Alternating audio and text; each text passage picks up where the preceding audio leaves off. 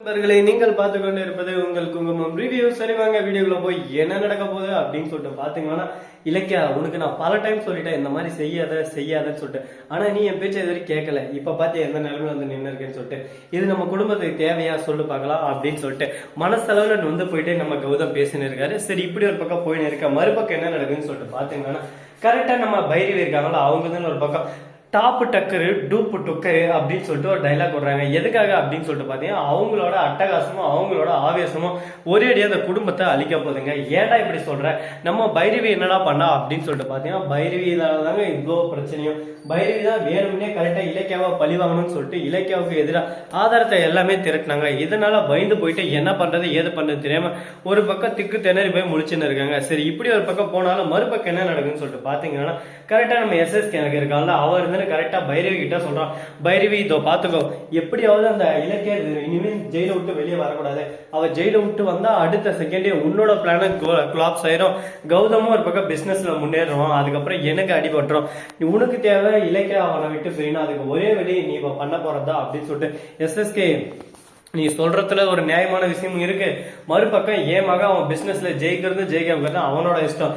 அதெல்லாம் நீ கவலைப்பட தேவையில்ல. உன்னோட வேலை இலக்கியாவை இப்போதைக்கு நிரந்தரமா அதுல ஒழிச்சு கட்டுறது, அது மட்டும் தானே, அதுக்கு மட்டும் தான் நான் ஹெல்ப் பண்ணுவேன் அப்படின்னு சொல்லிட்டு சொல்றாங்க. ஏதோ ஒண்ணு எனக்கு நடந்தா சரி, இலக்கியா இல்லைனாவே கௌதம் ஆட்டோமேட்டிக்கா எல்லாத்துலயும் இது வந்து சரிஞ்சிருவோம் அப்படின்னு சொல்லிட்டு ஒரு குருட்டு நம்பிக்கையும் குருட்டுத்தனமான ஒரு மூட நம்பிக்கையும் வச்சுன்னு இருக்காங்க. ஆனா அதுதாங்க இல்லைங்க, நம்ம இலக்கியாவை காப்பாற்ற வரையும் கௌதம் போராடுவாரு. கூடவும் சேர்ந்து இலக்கியாவுக்கு பிடிச்ச பிசினஸ் மேனா ஆகிறதுக்கும் ட்ரை பண்ணுவாரு. ரெண்டுமே அவரு ரெண்டு கோலுமே அச்சீவ் பண்ணுவாரு. அந்த சமயத்துல எஸ்எஸ்கே அசிங்கப்பட்டு அவமானப்பட்டு துக்கப்பட்டு துயரப்பட்டு வேதனைப்பட்டு ஒரு பக்கம் நிக்குவான். அதை பார்த்து நாம ஒரு பக்கம் பக்க சிரிப்பங்க. சரி இப்படியெல்லாம் ஒரு பக்கம் நடந்து இருக்க, அதே சமயத்துல மறுபக்கம் என்ன நடக்குன்னு சொல்லிட்டு பாத்தீங்கன்னா, கரெக்டா நம்ம இலக்கியா இருக்காங்களா அவங்க வந்து ஜெயில அவங்களுக்கு ஒரு ஃப்ரெண்டு கிடைக்கிறாங்க. யாரா அப்படின்னு சொல்லிட்டு பாத்தீங்கன்னா, ஜெயில இருக்கிற ஃப்ரெண்டு வேற யாரும் இல்லைங்க. யாருன்னு கேட்டா நீங்களே அதிர்ச்சியாயிருவீங்க அப்படின்னு சொல்லிட்டு நான் சொல்லுவேன். வேற யாரா, நம்ம ரேவதி தாங்க. ரேவதியா, அவங்க எப்படி ஜெயிலுக்கு வந்தாங்க அப்படின்னு சொல்லிட்டு பாத்தீங்கன்னா, இலக்கியா ஜெயிலுக்கு போறதுக்கு தெரிஞ்சுக்கிட்டு கரெக்டா ஸ்கூல்லேயே பொருள் திருடுற மாதிரி திருடி கரெக்டா அவங்களே ஜெயில போயிடறாங்க. ஜெயில போய் இலக்கியாவை மீட் பண்ண, இலக்கியாவுக்கு நிறைய ஆபத்து வருதுன்னு சொல்லிட்டு முன்கூட்டியே அறிஞ்சிட்டாங்க. இந்த எஸ்எஸ்கேவும் அஞ்சலியும் சேர்ந்து பேசினிருக்காங்க. எப்படியாவது இலக்கியாவை ஜெயிலே அவர் சூழிய முடிச்சிடணும். இனிமையே இதுக்கு அப்புறம் அவர் வீட்டுக்கு வரக்கூடாது.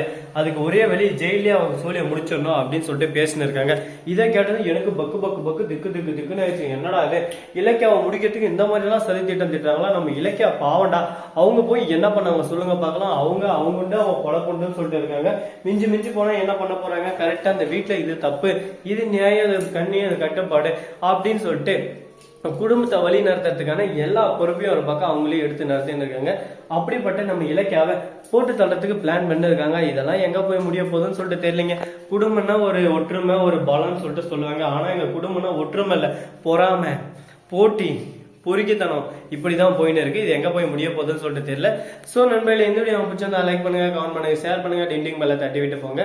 அப்பதான் நான் போற அடுத்த வீடியோ உடனுக்குடன் வரும். மிக்க நன்றி. தேங்க்ஸ் ஃபார் வாட்சிங். Tata, see you. நன்றி, வணக்கம், வந்தனம், வருக தருக.